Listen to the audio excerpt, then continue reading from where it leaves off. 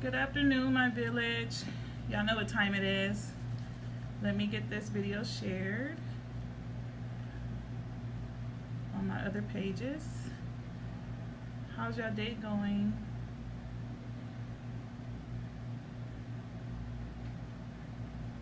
Okay. Hey, Ashley. I'm just sharing this to my other page really quick before I get started.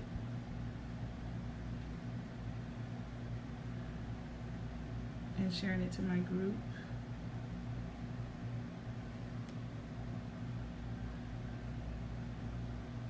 Alright, I'm done with that. How are you today, Ashley?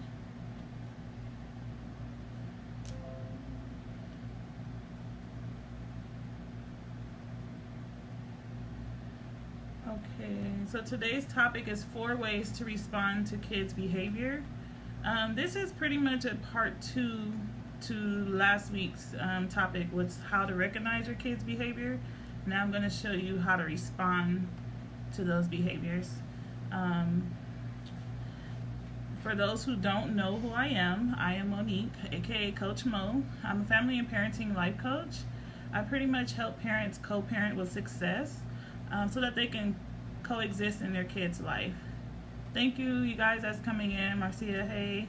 I like to help people bring families back together pretty much, and I also deal with helping parents with kids with behavior issues. This is part of why I became a parent coach. With today's topic, the first way to respond to a kid's behavior is to talk less. So pretty much too much rambling and children will stop listening, especially if you're yelling. Pretty much their ears go silent, they go on mute. So you have to be direct with them. Don't be long-winded because they check out. The second way is to check your emotions at the gate. I know as a parent that is very hard, because sometimes you're at the point where you're frustrated because they're either acting out, getting on your nerves, embarrassing you, falling out, having tantrums, stuff like that. You have to stay cool because they match your tone. So you set the tone for the situation.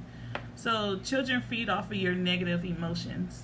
Instead of focusing on their own misbehavior, they'll focus on you acting up.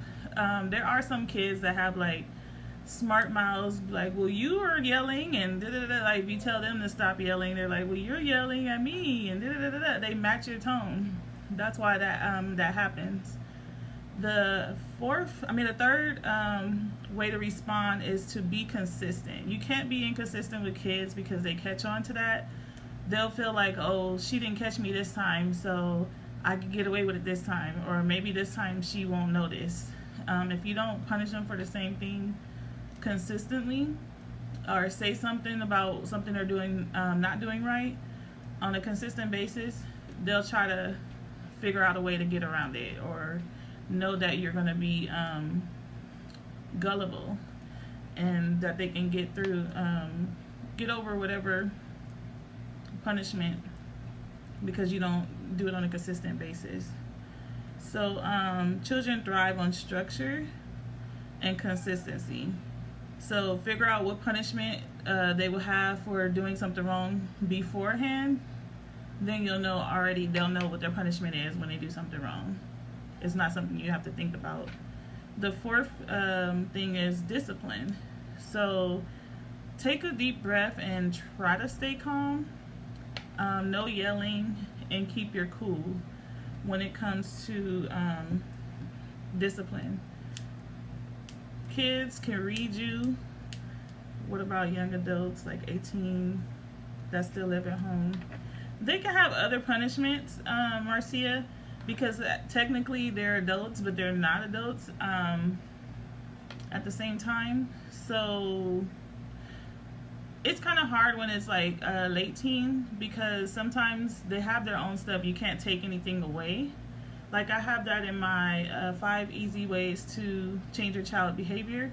With the older teens, if they have cars and stuff and you bought it, stuff that you bought or you pay for, phones, cars, stuff like that, you have to take those things away from them as a punishment and tell them, if you think you're going to be an adult and disrespect me, you can pay adult bills or do adult things, get your own place, stuff like that. They have to have consequences because they will try you.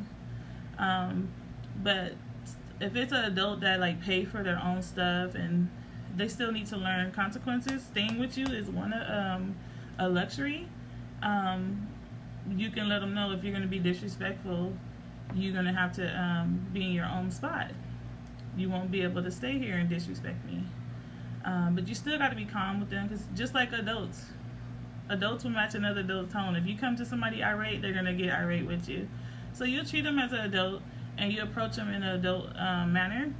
So you would basically work on communicating with that person, because they will need to learn to communicate as an adult and resolve issues in that matter and do problem solving, because they will learn how to do it, because one day they're going to be parents and or approach other adults that's not going to take it so lightly if they're disrespectful.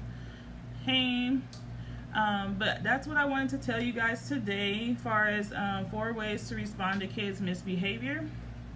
And I also wanted to talk about some things that I've noticed lately, especially here in Vegas, with parents being overwhelmed. Last week, there was a parent that reported their kid missing at a store, and pretty much they found out that the kid wasn't actually missing. They found the kid at their house in a duffel bag in the closet dead. The parents killed the kid. Now this past weekend on Sunday, the same thing happened. Parents went to the park, a really big popular park where they do most of the jazz fest and concerts, and it's right next to the airport, like literally across from the airport runway. And they reported their kid missing. Later on, they found out that the parents killed the kid, and the kid was found in Lake Mead. It's like, if you're going through something and you're really stressed out, overwhelmed, there's options. Like, I wanted to tell people, you don't have to hurt your kids. Definitely you don't need to kill them, because now these parents are going to jail for murdering their kids. You never get away with it. I don't care what's going on, how stressful it is. There's options. Take them to the police station. Turn them into foster care. That's what foster care is about. There's another family that would love to have that kid and take care of them and put them in a healthy and good environment. It just really hurt me, like, to see that happening 2 weekends in a row. And we're like, wow, people are getting that overwhelmed to where they're murdering and killing their younger kids. Like, it's not that serious when you have options. Give them to family members. Reach out to someone for help. That's when you wait too long to get help and you get to your breaking point where you just snap. And I really hate Amber. I really was sad to hear about 2 weekends in a row parents killing their kids and then lying about the kid being missing. That's another thing. So they're going to get in trouble for murdering their own kids and having a whole search field out looking for their kid, costing the city money, and they knew all along that they murdered the kid. But if you need to have a conversation, I will talk to you. If you're at that point where you want to just like check out and give up, please reach out to me, because there is help. That's why experts like me are here as parent coaches and have experience in these situations. Every parent go through a time in their life where they're just frustrated and they feel like, I can't do it anymore. That's normal. You just need to reevaluate yourself. Sometimes it takes for you to go through a mindset change and you to control your anger and stuff, because the kid could be reacting off of how you're acting towards them. So a lot of the times when kids have behavior issues, like I posted a post, I think that was today, where it says kids' behavior is a language. They feed off of adults. Like when I talk to kids and coach kids, and they'll talk to me about anything. They feel real comfortable talking to me. But over the years, when I talk to kids, they'll let me know how they feel and they express their feelings, and usually it's because of something that's going on in their household. So I always ask people, how is your home environment? Is it a safe environment for the kids? Because a lot of times it arises from the parents. It's usually the parent's fault, not the kid. The kid is just reacting because they don't know how to control what they're feeling, or sometimes they don't even know how to express it. they just feel a certain kind of way, and acting out is just their way of letting it out because they don't know any other way. But always check yourself. See if you're doing what you're supposed to be doing. Make sure you're modeling what you want your child to be. Because a lot of times, if you, like me, I've had this experience before where I was angry at my son and I'm yelling and he's frustrated. Who's going to be the one to calm down so that the other one can calm down? So, like, I had to think and sometimes check myself, like, okay, maybe if I calm down and just talk to him, he'll calm down. And he usually do. He'll be like, Mom, I just miss you and I was just sad and I had a hug. They'll break down and tell you what's going on. Only if you're staying calm. So I just wanted to say that because that really, really did bother me when I'm hearing about kids dying from the hands of their own parents. I don't know how people can do that. I love my kid to death. Sometimes he get me to that point where I'm just like mad, but that haven't happened in a long time. He's such a really good kid. But he have his moments when he's hangry or tired. Like, I just think, like, when he's having an attitude, flipping out, I have to think, like, when was the last time he ate? When was the last time, or did he get enough sleep last night? Because usually that's what it is. He'll be angry, crying, and be asleep like 5 minutes later. And it'll be because he's tired, and he don't know how to express himself because he's tired and exhausted. He's not used to feeling like that. So, just check yourself as a parent and evaluate what you're doing to, what was my post? Let me see what I posted. Because it was a message behind it. I'm going to be going live a lot more this month because most of my questions of the day have a message behind it that I want to make a video on. I posted, hold on, I'm on the wrong page. This is what happened when you have too many social media accounts. I put, children behavior is a language. Are you paying attention to that behavior or teaching it to them? A lot of times it's being taught. I talked to a kid that was bullying my son, and I was asking him, like, why do you say harsh stuff? Why do you do that? He's like, well, my dad said it to my mom. I'm like, oh, okay. So you're being taught this behavior at home, and it's okay in your household because that's the norm. You're used to being around that dysfunction. Oh my God, this light is killing me. He's used to being around that dysfunction, and I started noticing that with kids. It's like, well, my mom said that to my dad, and da-da-da-da, or they hear curse words, and they're cursing up a storm, and I'm like, excuse me, like, there's adults around, why are you cursing? Well, this is what my mom says, and da-da-da-da. They'll tell on you. Kids will tell on you in a quick minute. I was talking to one kid, and I was asking him why he was like throwing rocks at other kids and stuff like that. And he's like, I don't want to go home, and I don't want to be in the house. And he was telling me his parents do drugs. I let his parents know, like, your son know you do drugs, and he know that his dad is beating on you. Like, kids will snitch. They will tell on you.